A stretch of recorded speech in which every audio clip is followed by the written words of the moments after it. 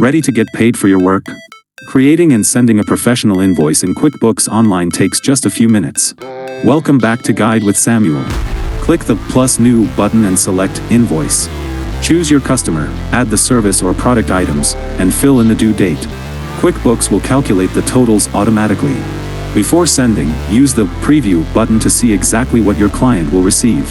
When it looks perfect, hit Send. QuickBooks emails it directly, and you can even add a Pay Now button for instant online payments. My crucial pro tip? Save reusable items in your products and services list. Don't type the same service description every time. Save your common services as items. This ensures consistency, speeds up invoicing, and makes reporting accurate. Turn completed work into cash flow, efficiently and professionally. What's the one thing you always double-check before sending an invoice? For more guides on getting paid faster, hit subscribe. Thanks for watching. I'm Samuel, and I'll see you next time.